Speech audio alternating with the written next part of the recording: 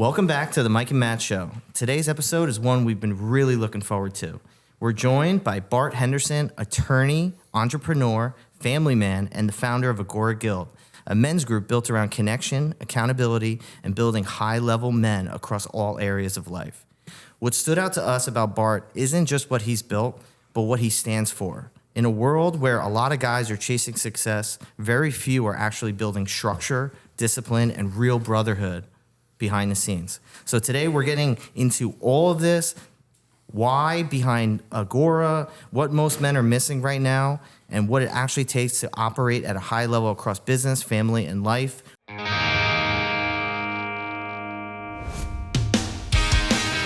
Welcome to another episode of the Mike and Matt Show with myself, Matt Weber, and my partner and co-host, Michael Strasser. This podcast is designed to help provide insight into the world of real estate investing, entrepreneurship, personal development, and business. Please subscribe, follow, and like the Mike and Matt Show on all podcast platforms. You can listen and watch the show on our YouTube channel, Alpha Funding. Be ready to level up your life and be inspired by some of the most successful investors and business professionals in the game. You'll laugh, you'll learn, you might cry. We hope you enjoy the show. Bart, welcome to the show. Awesome. I am so stoked to be with you guys. Yeah. And I am so happy that you guys are rolling again, right? Yeah. Mike and Matt Show's back. Not going to be able to stop that train this time. No. Right? Well, we're here in the beautiful Player Coach Studios here at the Galleria. Yeah. New set. New spot. Yeah. New year. Same us. Got the sign. You see the Mike and Matt Show? Yeah. Bart, welcome to the show, bud. Thanks, man. This episode is extra special for me. A new member. I'm a current new member of Agora Guild. Are you still a new member? How long are we talking now? I think it's about three months. Okay, you're new. Wow. Yeah. It'll only be 3 months. I know. I feel like it's been longer. It's not 3 months. Well, January. January was my official. I paid you for officially? it. Okay, I was right. kicking it around for about a month or two, trying to figure him out. I was like, who's this guy, Bart? Bart came to one of our networking events. And I remember Dave. Dave was like, "Yeah." He's like, "Bart's like this, like Tony Robbins kind of guy." He's like, "You're totally gonna vibe with him." He's like, "You gotta meet this guy, Bart." Yeah. And then we were at Red Rock in Red Bank, right here in Red Bank, and the rest is history. It's been Dave amazing. knows how to connect them, huh? Dave, that's how He's Mike the and I are original. both sitting in this seat right now. So shout out to David Hansel. Yeah. Yep. He knows, right? He's the original. He hunted me down for this job. Mm-hmm. I love it. So what I want to get into, Bart, is I want to know who was Bart Henderson before Agora Guild existed. So I just got to say, like, you say 3 months before I get into who was Bart Henderson. I feel like I've known you. Like, I know. like, right? I feel like we have this. I think we have this vibe. It's just, no, you know what it is actually? It's like you open up so quickly in Agora Guild and you get to know people. Like, you're actually learning about the real things. It's not just like, oh, what are the Giants doing? Like, or whatever. Like, you get into it so quick. I feel like it's more of a rapid, like, intimate connection, you know, where you get to know people on a increased pace, essentially, or something like that. I can 100% attest to that. First few months, I feel like I built stronger relationships with some of the guys in the group than I've had relationships with other people my entire life. And I think it's the way so we're gonna get to that. Yeah, right. But I wanna know about the origin story. I wanna hear more about what makes Bart Bart. So who was Bart Henderson before Agora? Yeah, so like when I classify myself, when I speak or anything like that, I always start with I'm a father and a husband first. That's like core to my identity, I'd say. Father and husband, of course, entrepreneur and lawyer and things like that. But I'm someone who's always chased freedom, I think. And I don't know if it's counterculture, but from a young age, I think you mentioned Tony Robbins before. I actually went to a Tony Robbins seminar when I was 19. And it's the only place I can think that this got so inserted in my life. But I always chased freedom. Like, I was always going after freedom, not money. And it's the opposite of how a lot of people, act in life. So, when I became a lawyer, I started looking at friends that were like in big law, that were working 80, 90 hours a week. And like, look, you crush it financially. You do very well. But I was like, wait a second. As a lawyer, you're trading your time for money. That is not where I want to be, where I'm literally trading dollars for my time.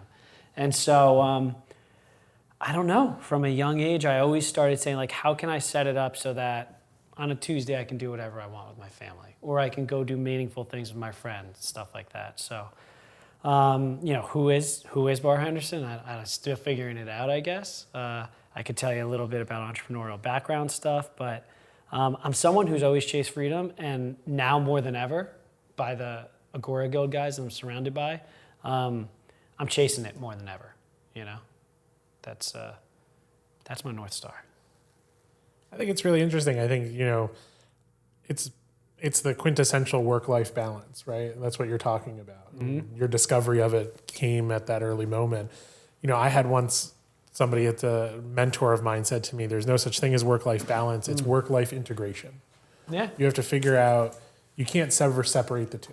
Boom. And to me, I actually think you're talking about freedom. I think that's part of it, right? Like, you can't separate what you do and when you do it. Mm-hmm. You have to figure out how to do what you do and live your life at the exact same time. Right. And that's the freedom. Right. Well, and it's like the subtle things we tell ourselves. So isn't it funny that we call it work-life balance? Shouldn't it be life-work balance? Well, that's why we go back to what I was saying. It's like, it's integration. Yeah. We're all going to have to work, right? At some stage, right? Yep. But we also have to live. So it's like, so tell us, tell us about that journey, right? So lawyers, my family's full of them. I understand.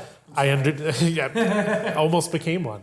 But I can understand, that life of working. So give us that part of the journey, right? You start, you're in law school, you're out of law school, you're about to make those choices. Did you make those choices? Did you not make those choices? Yeah, so I started, I don't know how much you know about this, but I started printing t-shirts in my kitchen in law school, like literally. So I'd work all day in law school, and then I'd come home at night and print t-shirts. And law school is not like regular school. I don't know how much you guys know about law school, but in a lot of law schools, they'll actually fail out a percentage of the class every year. So you're not just like trying to study to do okay, like you're trying to study to stay in law school. So it's pretty cutthroat. It's not like I got my MBA as well. That was like fun, compared to law school. So in law school, I'm studying all day, coming home, printing t-shirts at night.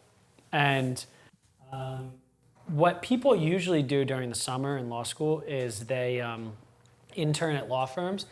I was printing t-shirts all summer instead of interning at a law firm. And by the time I graduated law school, I had started getting contracts with some serious places, serious companies and things like that. I went from 25 t-shirts to starting to do products and things like that. And by the time I graduated, I was making as much money as you would probably make as an attorney, printing t-shirts. And so many people in my life were like, you're crazy. Like, you went to law school and you're printing t-shirts? Like, what's going on here, But I saw an opportunity to hey, this is fun. I'm talking to people, I'm interacting with people. In the law, you're reading, you're writing, you're behind a desk all day. Of course, people see a trial lawyer and think oh, that's so cool, right? Yeah. For one person of your time, maybe, right? So I quickly, early on, said that's not the route I want to go. Now, I'm Bart in New York and New Jersey. I still work with a legal technology company in some capacity in the law, but I just knew that trading my dollars per hour wasn't going to bring freedom, And it's awesome. For some people, that is the right profession. For some people, they love it. I have 18 years with my kids, right, potentially, and so I need to optimize that. That is my focus. When you talk about work-life balance, this is one opportunity, and I don't want to mess that up. So I work from home 6 days a week, in general, That entrepreneurial spirit, you were printing t-shirts while you were in law school. Yeah. Why? We were on our men's call this morning, and we were talking about relationship with money. Yeah. And for you, I guess, how did that start? Because why would you start printing shirts? What was going through your mind? What were you trying to accomplish? So I was working in the U.S. Senate before I went to law school. I was interning. And at that time, you get a job offer to work and go do things, either in the Senate or Congress or whatever. And I remember looking back at college, and this is great advice for people to go in college, right? I remember looking back and being like, I just like wasted 4 years of opportunity. Now, don't get me wrong, college is cool, it's fun, but I was like, why did I not make money while I was in college? Like, why did I let those 4 years? I am 4 years and nothing improved in my life because of college, other than, like, obviously I had an education, I suppose. But I said that and I said, okay, I'm not going to law school and wasting 3 years of my life unless I'm building something while I do it. And so that was like, well, then what do I do? I was like, oh shit, I don't know what I'm gonna do to make money. I better figure it out. And I had a job when I was like 16 or 17 for a guy who printed t-shirts and stuff like that. I was like, I know how to do that. I can figure that out. And so that went that way. When I was a little kid, I would do landscaping, do anything. But the point is, I find too many people wait to start, right? It's like when my son goes to college, I'm gonna be like, you're running a business while you're in college, right? Or whatever you want to do. Like, I'm not gonna force things on my kid, but there's no reason you just have to do college, right? There's no reason you just have to do the one thing. I found it was a big missed opportunity, and I find a lot of people waste their college years, It's funny. I worked all the way through college. Okay. So I actually structured my college life where I went to school 2 days a week. Cool. And I worked 3. Yeah. So I understand exactly what you're saying. Got to pay this college tuition bills. Yeah. It's funny. I actually think the waste in college is a little different. I actually think it's one of the best experiences a person can have. Mm-hmm. I just think people extract the wrong things out of it. Yep. We're going to talk about Agora in a little bit about your group, and I think Matt talks a lot about community to me all the time and what Agora has done for him in that way. Right. And I think that's one of the pieces people miss about going to school. Totally. And there is education. Don't get me wrong. There are things to learn in school if you're going to go for it. Mm-hmm. But, tell me right now, how many of your friends are from college? How many of your friends are from law school? Yeah. Those interactions, those connections, like, what do they mean to you today? Yep. I think the people that miss out are either the ones who go too much in either direction. Right. Either they're like, I absolutely need to be the top of my class and I'm going to ignore what this experience is. Mm-hmm. Or I'm going to completely ignore getting an education and I'm going to overwrought my experience. But it's that down the middle. Like, totally.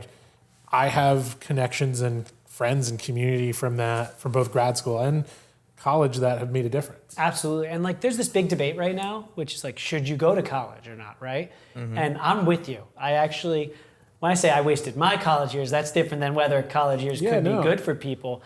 I think exactly what you said, that like having a roommate for the first time where you're sleeping next to somebody you don't know, that's an important experience. Like, right? Those kinds of things where you're put in awkward situations, that's formative. That's important. Well, because I think especially now after we've gone through COVID, right?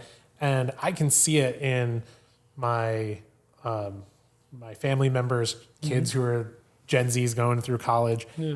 They've lost the art of social interaction. Totally. And that's the part that everybody needs, and there's no other good way to get it, right? You have to force 10,000 people into a space, force you to have a roommate that maybe you don't understand or you need to learn how to, but you're going to build those social, like, college is the ultimate networking. Yeah. And if you don't learn how to do it then, you're not going to learn how to do it now. Totally. And so I agree with you. Like, it is easy to waste it away if you don't have that focus. And it's the same thing. Like, I joke because we're in a financial company, right? And it's like what do they never teach anybody growing up? They never teach you how to do your finances. Right. So it's like, I think that what ends up happening is we get so used to the way things are. College has not realistically changed for anybody in 50 years. Yeah. Like, it's the same system. Yep. And I think we're not setting up this next generation who's at a disadvantage to do it. And I think that's what this is about, right? Figuring out how to rebuild community is so important. And I think that's really key to what you're saying. Yeah. It's entrepreneurial. You found this piece of what you want to do. but you had to extract it from all these other experiences. Yeah, totally. It didn't. You're right. I had to extract it. You had to find it, and nobody got you. And hopefully now, when your kids are going to college, you're going to be like, hey, whether it's you should run a business or learn how to network like crazy. There's somebody in your sphere who's going to be the next thing here or there, as you should be too. You should be the next thing, but you got to surround yourself by all of these people. Totally. Because they're not coming from anywhere else. So it sounds like you're a proponent for college, which I am too. Like, it's funny in that big debate. Under the right circumstances. I think right? under the right circumstances. Yeah. It's about knowing what you're going to get out of it. Yeah. Yep. You know what I mean? Like, you have to... Listen, I have a degree in history. I don't know that has served me well. I was going to go to law school. Right. So that was one of my big reasons for doing it. But I know people who I've met along the way who work at Barclays, who work at Google, who work at Meta. These are people who are influential, people who are rising in the rank. Those relationships are far more useful to me than my history degree. Boom. Exactly. But I learned something really good along the way, and it gave me some value. And history is cool. I love history. Not much you do with it. Yeah. You know a lot of stuff. Well, you learn from it. Hopefully don't repeat it, right? So talking about community, I want to know, what was it personally that you wanted to solve when you thought of Agora? When you started Agora, what was it that you were trying to solve? Or even bring this back even a little bit at start top. Yeah. What is it? Right? Okay, We're talking about it. So maybe let's tell everybody what is it, right? So let's start at the very top. Agora Guild is a men's network for men who want more in life, I'd say. And like, what does that mean, who want more in life? High achieving men. Men who want to push each other to get to their most capacity that they have and to expand their capacity. So I like to say family, faith, fitness, finance, and friends. It's kind of the important F's in life, if you will. So it's about being around guys who are going to challenge you, right? I find oftentimes we're just friends with people who are around us, like physically. And so I'll tell you why I started in a second. But what we do is we have weekly meetings, totally optional weekly meetings. 7 a.m. We had ours this morning. Y'all, right? I was there. Where we talked about your relationship with money, right? Do you have an abundance or scarcity mindset when it comes to money? So we'll talk about things like that. Another week, we'll talk about testosterone. Another week, we'll talk about intimacy with your partner. Another week, we'll talk about cold calls and sales. Like, nothing's off the table. We'll talk about anything. So that's our weekly meetings. We have in-person events where we'll play paintball, we'll go rock climbing, we'll have dinners and coffees, we'll do race Ferraris and Lamborghinis, like go skeet shooting, all sorts of fun stuff. It's like, what can you do with your buddies that's productive, that's fun, that's not just going and drinking a beer and watching a game, And then lastly, we have a WhatsApp group, which is super active. We've got 25 subgroups, real estate investors. We got guys flipping houses together. We've got a health hub where we're all talking about, what organic protein are you using, things like that. We've got Talk Birdie to Me, a golf sub chat, like anything. Actually, the Rise and Shiners is one of my favorites, which is a group of guys who want to wake up early. So we text each other every morning, just whatever time we woke up. So like, you go in there right now and be like 4 o'clock, 4:15, 4:30, 5:30, things like that. So it's about how do you surround yourself with other guys. So we're going to push you for more. Like a regular thing you'll see in a WhatsApp is a guy will drop in, just got my second workout in of the day. And you're like, oh shit, I got to get my first one in. Like, it's just like bringing it to the front of you. Like just did 25 cold calls. I got to do more outreach, in my business, whatever it might be. So that's kind of a gist. Do you think I described it? It's not even the pushing each other. Like I think you did this, I'm gonna one up you. No. I think a lot of it is like the accountability. It's also the support. Yeah. It is incredible just in the short time that I've been a part of the group, the support of the guys. Everyone genuinely wants to see each other win. Big time. And anything, like you're always asking me like, Matt, can I help you with this? Matt, what can I do to help you here? And it's been amazing. And all the guys share the same mindset. So to talk about, I want to hear what your definition of a high value man is. Because I know you bring that up a lot, like a high value man. And I think it gets thrown around a lot. But what does that mean to you? Yeah, so I guess the first thing is how do you become one, right? And and I don't know that anyone knows the answer to that, right? But when we started Agora Guild, it was because I looked around myself and I said, my current friends are not going to get me to become the man that I can be, essentially. And so I said, I love them. They're all friends from high school. They're friends from college. Like, always going to have love for these friends. But none of them has ever pushed me, right, to do anything in business, in life, in finance, in working out, in faith. Like, none of them ever pushed me, ever challenged me, ever said, hey, you could do this better, you know? And so I just woke up and I said, if I'm gonna like continue to elevate my life to where I know I deserve it to be, I need other people around me, right? Like, you are the average of the 5 people you surround yourself with, right? And so I sought that out, and I got a couple guys together who were guys I didn't really know. You know, only one of them was a longtime friend. The others were just guys I knew from the community, from networking, you know. I said, they're really doing the right things. They're family-oriented, they're good guys. And I surrounded myself with them, and it grew from 6 guys to about 100 now, and we're just continuously growing. So, like, what is a high-value man? I don't know the real answer to that, right? I don't know the real answer. But what I think it is, and you probably see this every week on the calls, what doesn't work for men is just chasing money. Like, what doesn't work is just chasing the next deal. There is a dearth of people feeling significance and people feeling present, men feeling present in the world right now. And we hear that all the time, right? Like, you hear that in the group. You hear guys that go, yeah, I just did another deal. You know, I just crushed it, just brought in another 500 grand. Like, I can't even celebrate because I'm on to the next thing. I'm like... Or also, men don't really, like, I will say, and I don't want to make this a male versus female thing, right, but females will celebrate each other.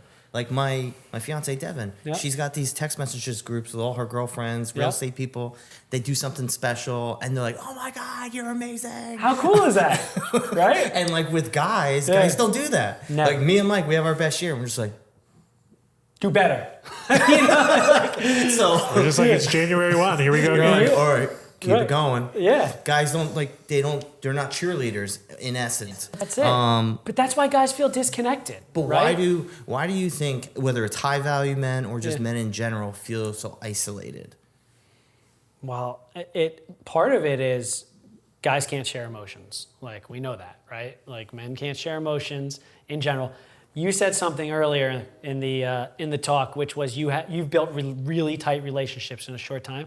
I have men who come into Agora Guild, and you make the space what it is, right? You make it like where it's a container, and men who come in and say after the first 2-3 meetings, they'll say, I shared things with these guys I haven't shared with my best friends in my entire life, and so it's just the ability to know that other guys are going through it, right?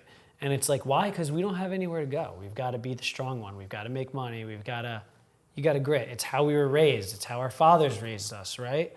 And so that cycle is breaking. I feel like changing the narrative that if you're vulnerable and you share your feelings, yeah, that's actually it comes from a position of strength, not weakness. Right. And I think for the longest time, that's always been associated with weakness. Right. And that's what I love. But I think also it has to be in the right environment. Totally. Because you could put stuff out on social media. Yeah. It is a cesspool, Mike. You always say it all the time. You put things out on social media, you could get eaten alive. Yeah. Like, people ridicule you. Why are you saying this? Judging you. Like, in an environment where, like, you have, and I love that you curate the group where you hand select all the people. Like, people reach out to you all the time to join the group, but you don't accept everyone into the group. You really want to make sure that they align with what the group, the values of the group and the value of the other men. Yep. You're getting to identity too. Like that's something that as I've gotten, maybe even in the last 3 years, I've really solidified my identity. Like, and what does that even mean, right? Essentially, I used to hold back. I used to not say things because I don't want to offend people. I used to not say things because of the political zeitgeist or because of whatever it might be. But I've been so strengthened in my identity. Like, I know who I am.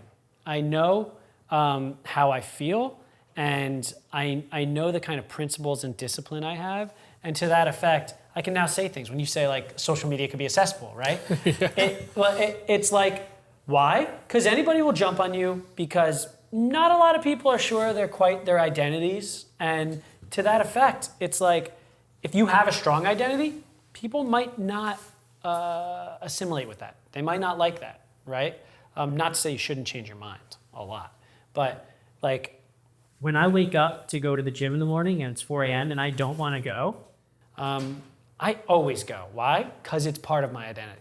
Like, I'm not the kind of guy who sleeps past a workout, and that's now part of my identity.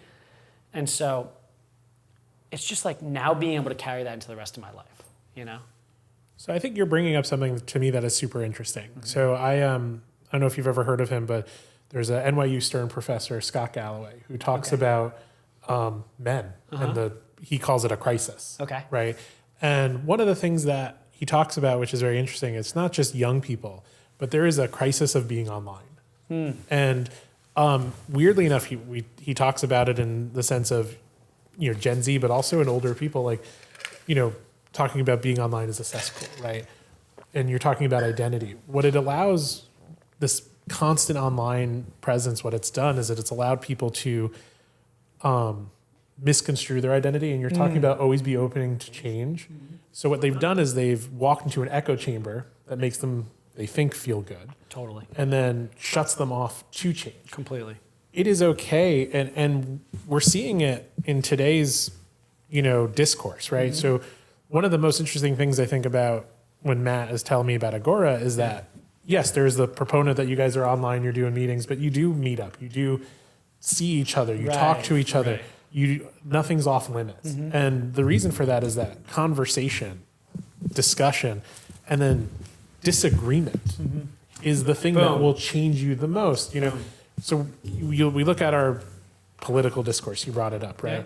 It is okay to disagree. It is okay to have opinions. But it also has to be okay to hear everybody's opinions and be okay with everybody's feelings. And what's happening is men especially are entrenching themselves in these online echo chambers. That's why it's a cesspool, right? That's what goes on. Like, there are people, guys in their 50s, who are not afraid to tell you anything online to your Facebook post, but if you sat next to them in a bar, they'd be buttoned up and not say a word to you. Or on the reverse, they feel so empowered by doing that that they're not willing to listen anymore. Oh, totally. And let their minds be changed. Like, our lives are our minds being changed. Is our way. You just explained it. You just gave us a complete arc of, you went to college, you went to law school, and you decided you needed to change. You weren't set in like, I'm going to live my life this way. You're like, no, I think there's a better way to do something. And that's what's going on. And I think that's part of it's the crisis of what's happening, especially with young men. Women, I think they have much better groups. They have much better support foundations than men do. And whether it's generational, whether it's, fathers to sons and whatever's gone on since, 30s, 40s, 50s to today, or whether it's this, male fear of rejection, which I think is a huge part of it too, which they allows them to, entrench themselves again into this online world. And what I think you're doing is you're pulling them out. You're pulling people out of that. And you're saying, hey, here's a bunch of people. You're not going to agree with all of them. You're going to have lots of disagreements, but you're going to turn out better in the end. And like, to talk about that from a political standpoint, it's incomprehensible how we got here. I mean, I remember when I was younger, at all my family parties, we'd talk about politics, right? Left and right, and this idea and that idea. We're at a point right now where people literally cannot talk about politics. And I think it's despicable. Like, I think no matter how far left you are, no matter how far right you are, we need to talk. I mean, it doesn't serve anybody, you know? But we've isolated ourselves so much now. People work from home for the most part. Most people work remote. Yep. People sit behind a computer. People sit behind a phone. Yep. Literally almost 24 hours a day, they're on their phone. And then you compound it with how men for generations they're just not going to talk about their feelings. They isolate themselves. You add in society isolating. And now just everyone feels comfortable not sharing what they like having a genuine conversation, an open conversation where, yes, they may judge you a little bit, but at least they're willing to at least hear you out. It doesn't happen anymore. Totally. Because you can just hide. Most people can hide right now. Anybody can. And then you literally, you dig your feet in, and then you're just like, I don't care what anyone else thinks. And I don't think because people aren't out in front with people as much anymore, I think they can just, they can say what they want to say, and then they can just stay in their little silo, in their little bubble. Yep. But it's tribalism. It's people not being willing to see the change in anything. It's not just politics, it's everything. You're Right? right. You have to be open to it. Look, he's talking about your journey, right? To get to this just in 3 months in Agora. I can speak, I've known you for 10 years. Like, if you're not open to change, you're not successful. Because the world changes faster than anything else is. So if you're not changing with it, it's going to eat you alive. Totally. And when you say dig in, like, it's a good point, Matt. Like, so many men are dug in with these complete BS excuses, like things that we make up in our head. Like, how many guys, when you talk about like male loneliness and stuff, like, oh, I don't have time, I have to work. I don't have time, I have to work. It's a BS excuse, like, right? Oh, I have to work so hard. And like the thing that I hear all the time, I'm talking like 60% of the time. Do you remember Wildest Dreams, the Wildest Dreams session? Yes. One of the first things, Yes. right? I hear so many men say, I have to work so hard so that I make more money, so that I have more time to spend with my family. It's like, dude, why don't you wake up at 4 a.m. and spend more time with your family? Why don't you not watch Netflix and spend more time with your family? Like, we make up this excuse of like, oh, I have to work. I don't have time for friends. I have to work. It's like such an easy thing for us as guys to go like, I don't have time.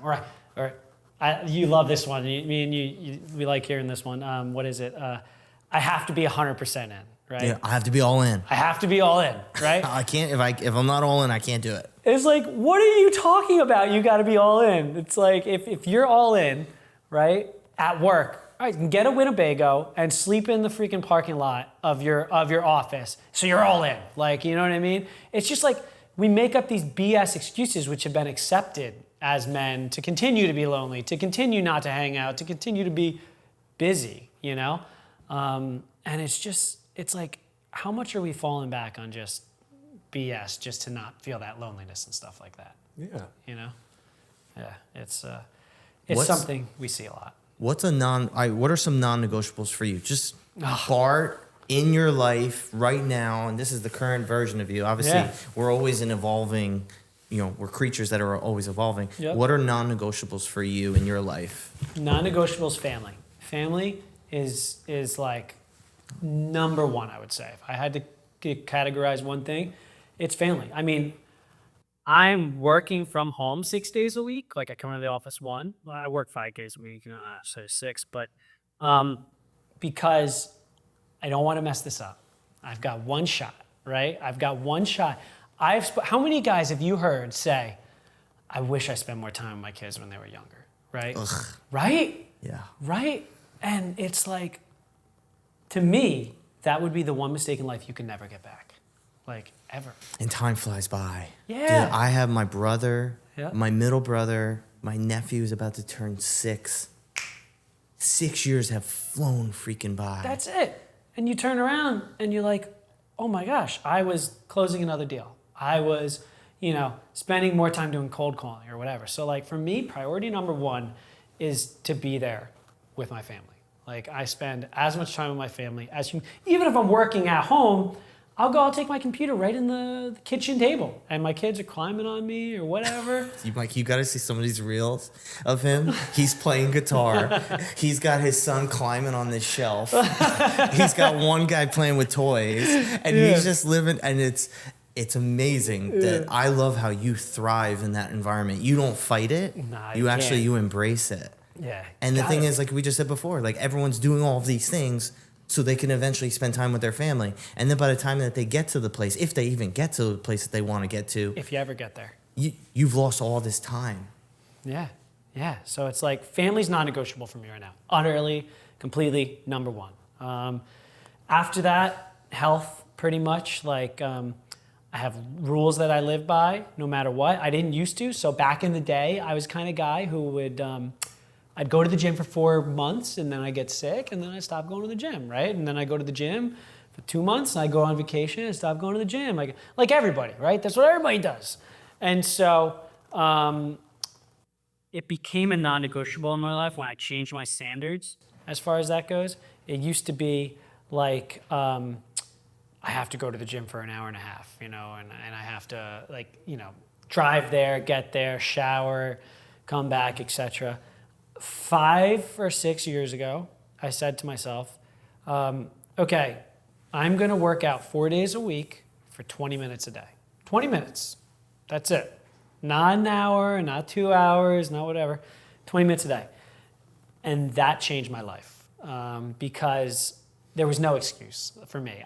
I'm like, you know what? I can go do push-ups for 20 minutes. I can go do Peloton for 20 minutes. I can go do whatever. So changing it from that whole I need to do an hour, I need to do 2 hours, whatever, to 20 minutes. Now look, when you say you'll do 20 minutes, you end up doing 30 or 40 or 50 or 60, right? But it's just getting going. So health, when I started having kids, that's when the health kind of kicked in for me. And so I have rules I live by, rules on sugar, rules on food, rules on working out, things like that just have become non-negotiable. Work, I have numbers now. I live by the numbers. How many calls, how many meetings, how many leads? For the first 30 years of my life, I was just working. How many, keep doing emails, keep doing this. Now it's like, my buddy, accountability buddy from Agora Guild is Joe Guy Malix, and he calls me every Monday and every Friday, and we talk back and forth. And it's like, did you hit your numbers? It's not like, oh, dude, it was a busy week. So you didn't hit your fucking numbers. Okay, go hit your numbers or double them next week, and then we'll talk. It's no, messing around. So my point is, I now live by the numbers, and that's a standard too. So it's all this stuff that, I wish I knew 10 years ago. I wish I could have implemented. Where do you think guys go wrong? Just discipline-wise? When it comes to discipline. Time, priorities. So priorities. So first discipline, then priorities. Discipline, not having the numbers, right? So this is one I love to talk about. You can put numbers on anything. Anything. If you want to get better at playing the flute, right? How many hours are you playing the flute? I don't know, whatever, right? So if you want a better marriage, how many date nights a week are you going on, right? If you want a better marriage, how many times a month are you doing the dishes? How many, it's silly. Put numbers on things. Right? How often are you getting her flowers? How often are you making sure that you guys have an hour to play backgammon together? Not to watch TV, not to whatever, but You can quantify this, and I'm not talking about being robotic or anything crazy, but you can put numbers on anything as far as discipline goes, as far as making a better life, family, faith, fitness, finance. You guys are numbers guys. Yeah, absolutely. That's what we do all day. Right? And so, yeah, you could put numbers to finance, but you can put numbers to relationships with your brother. You can put numbers to, all of this stuff. And so it's how can you have the discipline if you don't have the numbers? So a classic example, people tell me, well, I want to go on a diet, right? So they'll go, I'm going to go on a diet. And I'll go, okay, what does that mean? What does that mean I'm going to go on a diet? Oh, well, I'm going to eat healthier. Okay, what does that mean, right? And it's okay, I guess that means I'm going to have more salads. I'm okay, so the plan to get healthy is you're going to eat more salads. That's a shitty plan, right? It just doesn't work.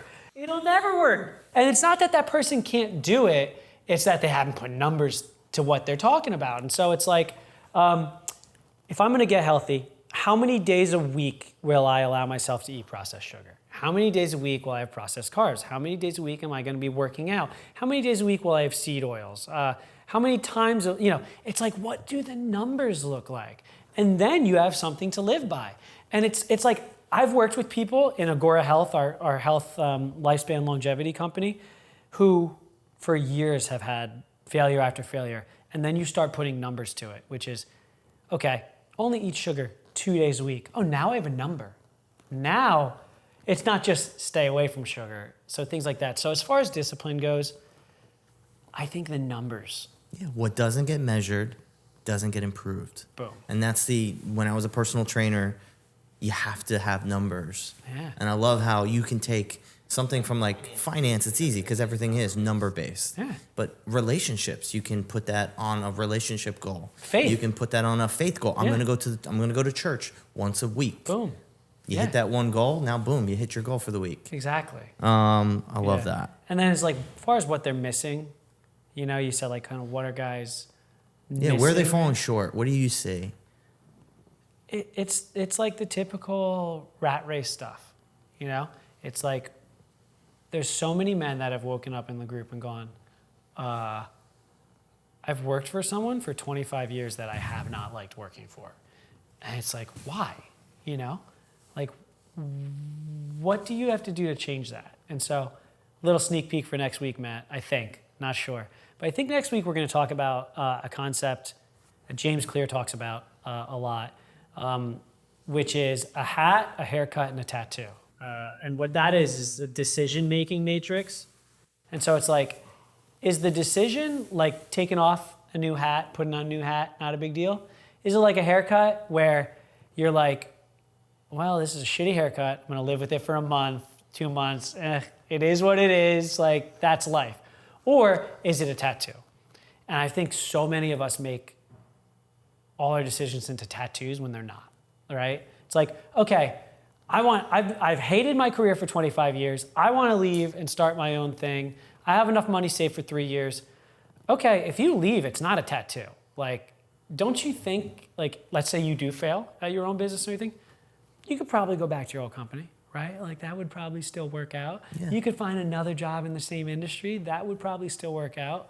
So it's like we make things into tattoos that could just be haircuts or something like that, I love that. Yeah, not always the case, but sometimes. Failure is an option. Yeah, there you go. Failure's, like, everyone's afraid of failure nowadays, right? I mean, Matt's not 40 yet. I'm not 40 yet. I joke, I've lived like 7 lives. And there's no reason why you can't. Yep. And what kind of richness does that bring into your life, too? I mean, right? I've done a lot of crazy stuff. Yeah. That, people who know me at Alpha know it. Yeah. I worked in a law firm. Yep. I worked in radio. I worked in TV. Yeah. Yep. Had different experiences. How did I end up at a Right. at a finance company? How Right. did Matt end up at a finance company? Yep. Failure is okay. Yeah. Trying something is the most important thing. Yep. Like, you want it to be if you tried your shirt business and it didn't work, I don't think that would have just been the end. You would have been like, oh, I'll do something. it. I'll go be a lawyer. Right. Yeah. There you go. Exactly. Yeah, so many people are afraid of failing, right? But I think that, going back to about men, I think that's part of it. Failure is not an option. Why does somebody stay at a job for 25 years? Because Failure is not an option. Boom. Because failure's represented as weakness. Yep. And men don't ever want to appear weak. It's just like an inherent thing that you just want to present strength. Right. But failure is represented as weakness. But really, if you look at it through the right lens, failure is actually the thing that either tells you you're either in the right direction or you're not going in the right direction. Right. And it's an ability for you to pivot at that moment. Yeah. So like failure actually is the worst thing is inaction. That is the only true failure is inaction. Agreed. If you don't do something, you'll never know if you're going in the right direction or if you're going in the wrong direction. Or is there a lesson that you can extract from that thing that you just did? Right. But Mike, to your point too, it's like you can fail at something you don't want to be doing. Like Jim Carrey talks about his dad. His dad was an accountant for like 25 years and on here. I love this story. and his dad was really funny. He was like a comedic type guy too, and probably could have done, from what Jim Carrey says, like the same type of thing he did. And so he said his dad went and he worked as an accountant for 25 years or whatever it was and hated it. He hated his life, right? And 25 years in, all of a sudden he gets a call, gets fired, right? And so he was crushed. And what it taught Jim Carrey, which I try to carry with me through life, is he said, you can fail at something you don't like doing, so why not fail at something you love, right? And it's like, wow. And also, what happens if it does work out too? There you go. And I remember that he was doing a commencement speech. Father was going for the safe, and how many men are always looking for the safe choice in life? Yeah. And he was a government accountant, and they lay him off after 25 years, and he spends his whole life trying to stay safe, Right? Trying to have this, this scarcity mindset, holding on to it as long as he can, and no matter what. Although there's a lot of things in life, you're just never going to have control over certain things. And I love that Jim Carrey says, you know what? If it's not going to work, at least it's not going to work doing the thing I want to do. Boom. Yeah. I think part of this is also just the idea of how life is supposed to go. Mm-hmm. And especially for young men. It's Right. we all think it's up and to the right. Right? It's a straight line from I've left high school, I've gone to college, I will get a job, maybe I get another degree, and it's just up and to the right. Right. I will go to a company, I will start here, and then 2 years I'll end up here, and then here, and then here, and I'll make this money, this money, this money. And no, I mean, Right. it is, nothing's a straight line, and it's that acceptance, and most young people don't understand that. The Absolutely. twist, it goes up, down, backwards. It's a big circle for a while. You're just going and you're just spinning around. Then you go back up again, and then it's straight down. Then it's straight back up, and that's the part that people don't understand. And that's that working at a job for 25 years for the government, being an accountant. That's part of the. I just want it to go up and to the right. Right. Instead of the problem is maybe you get that, but you're down here. You're low on the graph instead of high on the graph. But all of, you look back, people who are successful are the ones who do fail. Right. Because it humbles you. Yep. It gives you perspective. Mm-hmm. Grit. People who win all the time have no perspective. Totally. Zero. Yep. And when that fall eventually comes, because it will come for everybody in some way, shape, or form, it is the harshest. Totally. And they retreat the most. Oh, yeah. So it's like, I love the cycles of life you're talking about, right? It's the cycles of life. And to me, being happy, right, or content, or whatever the word, I like saying I want to be content in life, because you can't be happy all the time, right? Or at least maybe you can be. That's a limiting thought I just said. You can be happy all the time. Look at you, Bart. Right? But so many, you interact with a lot of men who maybe are depressed, right? And so when I ask myself why, it's because not knowing where you are in that cycle. So if you can see, you have such a great perspective, Mike. I know I'm going to go up. I know I'm going to go down. Then you're good. It's like people that are depressed, a lot of times, obviously, there's physical things, there's a whole bunch of different things to consider. But people that could be depressed oftentimes don't just recognize where they are in the cycle, right? And so in the cycle, it might be, oh shit, right now, I'm in a down cycle. Things aren't going too good. But guess what? There is an up cycle coming, and that's with everything. Relationships, that could be with your spouse, could even be with your kids, could be there's up cycles and down cycles everywhere. It's recognizing, oh, okay, I'm just not in a good cycle right now, but I'll get an upswing again, it'll come. So I got something for you, and I love how you guys have been talking about all this stuff, because it's the perfect segue to the question I want to ask you. We always talk about in the group being vulnerable, right? We're in this space right now, and I love all the things we're sharing. For you personally, a hard period, a hard season that you're currently in your life, or maybe something that's just passed recently, because I know we always talk about the wins and the wins and the wins, but it's not always easy. Right. And what would be a hard season that you've had recently in your life?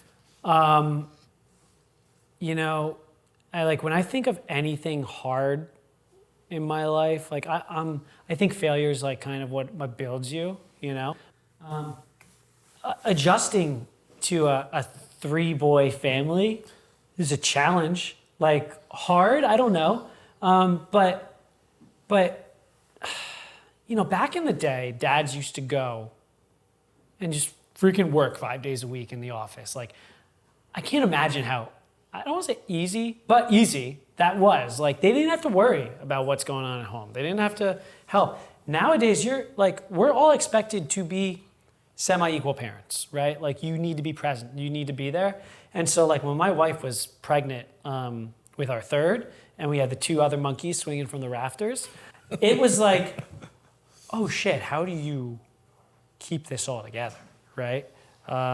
So that was a major challenge, like a major challenge in regards to, am I doing the right things in order to continue to thrive? Like I'm putting certain things aside.